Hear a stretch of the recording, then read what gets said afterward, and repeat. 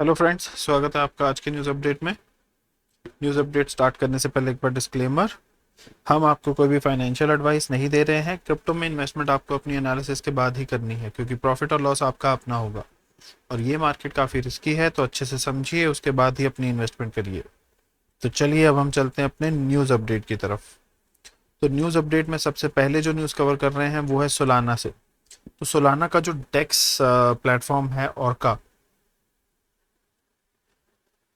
उसकी अगर बात करी जाए तो यहाँ पर उसको एक फंडिंग मिली है $18 मिलियन की। तो ये फंडिंग हो रही है सीरीज ए की। नए जो बड़े बड़े नाम यहाँ पर जिनकी बात की जा रही है वो है थ्री एरो कैपिटल। तो यहाँ पर थ्री एरो कैपिटल जो है उसको लॉन्च वो जो है उसने भी यहाँ पर अपना पैसा लगाया है। कॉइनबेस वेंचर्स जो हैं उन्होंने भी अपना पैसा लगाया और पॉलीचेन। तो ये तीन बड़े नाम हैं। और अगर इसके साथ साथ बात करी जाए और कौन कौन है, तो यहाँ पर जंप कैपिटल है, सीनो ग्लोबल कैपिटल है, डीफाई कैपिटल है, जी का प्राइम है। तो जी प्राइम भी आप देख सकते हैं यहाँ पर कि जो टेलीविजन इंडस्ट्री से यहाँ पर बिलोंग कर रही है कंपनी, वो भी अपना जो अमाउंट है वो डिसेंट्रलाइज एक्सचेंज डेक्स में लगा रही है। और इसके साथ साथ कोलैब करेंसी और सोलाना कैपिटल। तो ये सारे बड़े नाम ऐसे हैं जो सोलाना के डेक्स के ऊपर, ऑर्का के ऊपर अपना अमाउंट जो है वो लगा रहे हैं। तो इससे बेनिफिट क्या होने वाला है, आने वाले टाइम पर ऑर्का जो है वो अपने आप को एक्सपैंड करने वाला है, अपने डेक्स को एक्सपैंड करने वाला है। इससे बेनिफिट सोलाना को भी होने वाला है। अगली न्यूज़ की बात करें तो ये है वन रिवर डिजिटल। तो ये भी एक हेज फंड है। तो इस हेज फंड को भी $41 मिलियन की जो फंडिंग है वो हुई है। इसमें अगर बड़े नामों की बात करी जाए तो गोल्डमैन सैश है और कॉइनबेस है। गोल्डमैन सैश की बात करें तो वो क्रिप्टो के लिए उसका जो स्टांस है, कभी नेगेटिव कभी पॉजिटिव, लेकिन बैक ऑफ द अपना जो हम कहते हैं कि पर्दे के पीछे वो अपनी इन्वेस्टमेंट्स भी कर रहे हैं क्रिप्टो फोकस जो कंपनीज हैं उनमें, सो दैट कि आने वाले टाइम पर वो अपना बेनिफिट तो उठा ही लेंगे, लेकिन लोगों को बोलते रहेंगे कि भाई आप इसमें अमाउंट नहीं लगाओ, ये सही नहीं है। और कभी आप आकर बोल दोगे कि नहीं नहीं ठीक है, बहुत बढ़िया चल रहा है, अच्छा है, आगे चलकर फ्यूचर में बहुत बढ़िया काम करेगा, लेकिन पर्दे के पीछे अपना काम जारी है, अपने पैसे इन्वेस्ट करते चले जा रहे हैं। अगली न्यूज़ की बात करें तो यहाँ पर ओहायो पे अपना जो एक नई माइनिंग फैसिलिटी लगाने जा रही है, 85 मेगावाट की नई माइनिंग फैसिलिटी जो है वो लगाने जा रही है BTC.com। तो BTC.com को ओहायो में यहाँ पर जो अपनी वो लगा रही है माइनिंग की जो अपनी मशीनें लगा रही है, उसके लिए उसको भी फंड मिला है $12.14 मिलियन का। तो आप देख रहे हो कि भाई फंड्स जो हैं वो मिल रहे हैं क्रिप्टो की फर्म्स को, सो दैट कि वो अपने आप को एक्सपैंड कर सके। मार्केट में बुलिश बिहेवियर अभी नहीं दिख रहा है, गिर रही है, संभल रही है, लेकिन जो न्यूज़ है या ये हम कहें कि जो अडेप्टेबिलिटी है, या जो लोग उसको अब ज़्यादा समझ रहे हैं और समझने के बाद अपना पैसा लगा रहे हैं, तो वो चीज़ें अब हो रही हैं। लेकिन अगर नया इतना जो पैसा है वो आ रहा है, तो वो उसको आने के लिए यहाँ पर एक थोड़ी सी गिरावट देखी जा सकती है। हर बार ऐसा होता है कि जब नया पैसा लगता है मार्केट में तो मार्केट गिरती है और गिरने के बाद फिर ऊपर जाती है। तो यहाँ पर भी वही हो रहा है, मार्केट गिर रही है, लोग पैसा लगा रहे हैं, फिर मार्केट ऊपर जाएगी। अब अगली न्यूज़ की बात करें तो एसईसी के जितने भी रजिस्ट्रेंट जो कंपनीज हैं, बड़ी बड़ी कंपनीज हैं, उनकी बात करें तो वो अपना बिटकॉइन का जो ईटीएफ है उसके लिए उन्होंने अप्रूवल डाल दिए हैं एसईसी में। बात करें कौन से बड़े नाम है यहाँ पर, एम्पलीफाई ईटीएफ जो ऑलरेडी ईटीएफ में ही डील कर रही है, इन्वेस्को जो इंडिया में भी म्यूचुअल फंड के साथ अपना उन कंपनीज को जो क्रिप्टो रिलेटेड कंपनीज हैं उनमें अपना फंड लगाने की बात कर रही थी, तो वही इन्वेस्को यहाँ पर अब यूएस में भी अपना बिटकॉइन ईटीएफ लाना चाहती है और उन्होंने भी अप्रूवल रेस कर दिया। और गैलेक्सी, तो इन सभी ने बिटकॉइन और जो डीफाई के बेस के ऊपर ईटीएफ्स हैं उनके लिए यहाँ पर अप्रूवल रेस कर दिया है एसईसी में।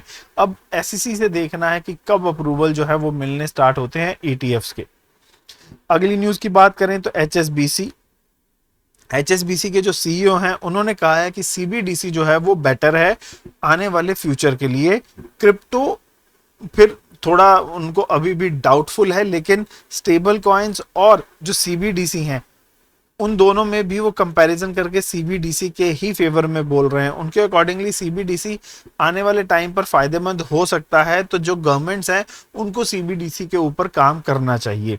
तो ये एक पॉजिटिव आउटलुक तो दे रहा है। अगर आप सीबीडीसी के फेवर में आ रहे हैं तो आने वाले टाइम पर आप स्टेबल कॉइन और क्रिप्टो के फेवर में भी आ जाएंगे। अगली यहाँ पर न्यूज़ है कि बिटकॉइन बाउंस बैक कर गया है। 40,000 से नीचे एक बार गया है, 39,000 का आंकड़ा जो है उसने वो टच किया, लेकिन उसके बाद उसके ऊपर चल रहा है एट प्रेजेंट। और जो इस चीज़ का जो एक मैं कहूँगा, जिस चीज़ की वजह से ये डंप देखने को मिला, जो सबसे बड़ा यहाँ पर जो रीज़न था वो था एवरग्रैंड। तो अब कहा यह जा रहा है कि एवरग्रैंड का जो ये फैसला आया, जिसकी वजह से मार्केट में इतनी गिरावट देखने को मिली, तो वो कहीं फेक गिरावट ना हो। क्योंकि हुआ क्या है, एवरग्रैंड वापस से 25% अप चला गया है यूरोप में। तो अब बात वही है कि भाई ये जो नॉन इवेंट था मार्केट का, वो इम्पैक्ट कर गया पूरी की पूरी क्रिप्टो इंडस्ट्री को। अब कहा यहाँ जब अगर बात करें यहाँ पर इस ट्वीट की, तो उनका कहना है कि भाई ये जो एवरग्रैंड का कंसर्न था ये बेफालतू का कंसर्न था, लेकिन ट्रेडर इस बात से वरी हो गए थे कि भाई एवरग्रैंड जो है वो गिर गया तो कहीं क्रिप्टो ना गिर जाए, तो उन्होंने अपना पैसा निकालना शुरू कर दिया। तो अब इसकी वजह से बिटकॉइन गिर गया, या ये कहें कि क्रिप्टो की मार्केट गिर गई। तो ये जो अनरिलेटेड इवेंट भी रिलेट हो जाते हैं, वो कहीं ना कहीं नुकसान दे जाते हैं क्रिप्टो के इकोसिस्टम को। अगली न्यूज की बात करें तो स्मार्ट कॉन्ट्रैक्ट्स आने वाले हैं अब बिटकॉइन के अंदर भी। तो जो डीफिनिटी का जो इंटरनेट कंप्यूटर आईसीपी जो है टोकन, वो अब डेवलपमेंट कर रहा है अपने स्मार्ट कॉन्ट्रैक्ट्स को लेके आने के लिए बिटकॉइन के ऊपर। तो बिटकॉइन जो कि अभी तक कहा यह जा रहा था जिसमें स्मार्ट कॉन्ट्रैक्ट्स नहीं थे, तो उसको स्मार्ट कॉन्ट्रैक्ट्स का फीचर जो है वो अवेलेबल करवाया जा रहा है आईसीपी के द्वारा। तो अब इसके लिए उन्होंने फंडिंग की अगर बात करें तो $223 मिलियन जो थे वो फंडिंग इसको मिली थी।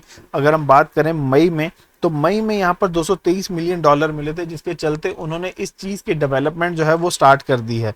तो अब आने वाले टाइम पर आपको बिटकॉइन के ऊपर भी स्मार्ट कॉन्ट्रैक्ट देखने को मिल जाएंगे, जिससे बिटकॉइन को भी अडेप्टेबिलिटी में एक बहुत बड़ा बेनिफिट जो है वो मिलने वाला है। अब इससे बिटकॉइन को भी बेनिफिट होगा और आईसीपी को भी बेनिफिट होगा। तो अगर आपके पास आईसीपी है तो होल्ड करके रखें, नहीं है तो डिप में अगर ले सकते हैं तो ले लें। अगली न्यूज की बात करें, पैंथर और पॉलीगन, पैंथर प्रोटोकॉल और पॉलीगन, इन दोनों के बीच में पार्टनरशिप अनाउंस हुई है। तो अब होगा क्या, पैंथर जो है वो एक तरीके से प्राइवेसी का जो मैं ये कहूँगा कि उनका जो काम है वो प्राइवेसी इंफ्रास्ट्रक्चर बनाते हैं, प्राइवेसी को स्केलेबल बनाते हैं। तो अब यहाँ पर पॉलीगन ने जो है वो पैंथर के साथ यहाँ पर अपनी कोलैबोरेशन करी है। अब वो उनके जो स्मार्ट कॉन्ट्रैक्ट का जो उनका प्लेटफॉर्म है उसमें भी प्राइवेसी बढ़ गई है, और उसी के साथ साथ डीफाई सेक्टर की भी प्राइवेसी बढ़ गई है, और वेब 3 की जितनी भी डेवलपमेंट्स होंगी उनकी भी प्राइवेसी वो ज्यादा से ज्यादा बढ़ा लेंगे पैंथर के चलते। अब कहा यह जा रहा है कि पैंथर का जो भी यहाँ पर सिस्टम है उसकी भी जो स्पीड है वो बहुत फास्ट है। तो इससे जो पॉलीगन है उसको भी ज्यादा नुकसान नहीं होगा स्पीड वाले फैक्टर में। अब परफॉर्मेंस तो पॉलीगन की बेटर है ही, तो यहाँ पर इसके साथ इंटीग्रेशन करने के बाद उसकी स्पीड में कोई भी लिमिटेशन नहीं आएगी, स्पीड वैसे ही फास्ट रहेगी। और जो ट्रांजैक्शन फीस है वो भी यहाँ पर काफी मिनिमल है। तो इस वजह से यहाँ पर इन दोनों के बीच में इंटीग्रेशन हो रही है, जिससे पॉलीगन के बीच में सिक्योरिटी जो है, जो सिक्योरिटी नाम की जो चीज है वो बढ़ जाती है। अगली न्यूज की बात करें तो एएमसी, जो हमने बात करी थी कि एएमसी जो एंटरटेनमेंट है एक बड़ा नाम है मूवी इंडस्ट्री में, उनके थिएटर चेन है पूरी की पूरी यहाँ पर। तो उन्होंने पीछे हमने न्यूज आपसे कवर करी थी कि बिटकॉइन ईथर और बिटकॉइन कैश और एलटीसी, इन तीनों चारों को एडअप किया है पेमेंट के लिए। आने वाले इस साल के अंत तक वो ऐड कर देंगे, इन 4 क्रिप्टो करेंसीज को पेमेंट एक्सेप्ट करेंगे वो।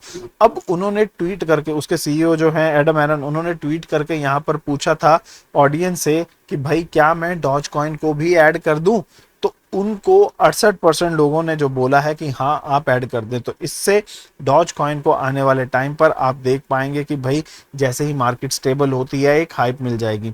अगर स्टेबिलिटी की बात करें तो एक जो एक्स्ट्रा न्यूज़ मैं आपसे कवर करना चाहूँगा, AVAX जो टोकन है वो बहुत जल्दी ही उसने ये जो एवरग्रांड के चक्कर में जो डंप आया है उसको जल्दी ही उसने कवर कर लिया और वो अभी 70s को फिर से टच करने चला गया है। 50s में गया था और फिर से अभी 70 को टच करने वाला है। तो अब यहाँ पर उसने काफी बढ़िया गेन जो है वो देख लिया है। हमने शायद आपसे कवर भी किया था कि उसको 200 समथिंग का जो फंड है वो मिला था, उसके चलते यहाँ पर उसमें काफी सारा उछाल जो है वो देखने को मिला है। अगली न्यूज की बात करें तो टेरा का जो कॉम्पिटिटर है कावा.io, उन्होंने भी अपना जो डीफाई है उसको एक्सपैंड करने के लिए $185 मिलियन का फंड जो है उन्होंने भी इकट्ठा किया है। अब ये जो फंडिंग है, उन्होंने फंडिंग राउंड जो है वो उनका हुआ है और उसमें इनको $185 मिलियन का जो फंड है वो मिला है।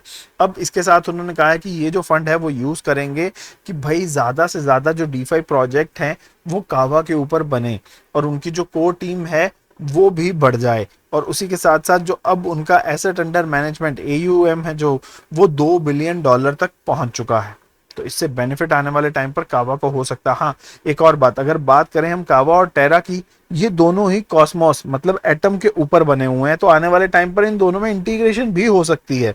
और बेनिफिट किसको मिल जाएगा? कॉस्मोस के प्लेटफॉर्म को भी और इन दोनों को भी। तो आने वाले टाइम पर आप टेरा, कावा और कॉस्मोस इन तीनों की एक बड़ी इंटीग्रेशन देख सकते हैं।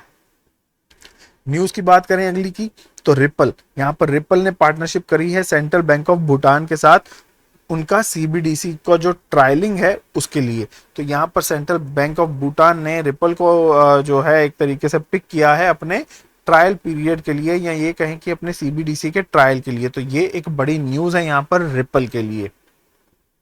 तो फ्रेंड्स, ये थी हमारी आज की न्यूज़ अपडेट। आपको कैसी लगी ज़रूर बताइएगा और उसी के साथ साथ चैनल को भी सब्सक्राइब करें अगर नहीं किया है और बेल नोटिफिकेशन का आइकन ज़रूर दबाएं ताकि आपको वीडियो की नोटिफिकेशन टाइमली मिलते रहे। तो मिलेंगे अब आपसे अगले अपडेट में, तब तक के लिए थैंक यू वेरी मच।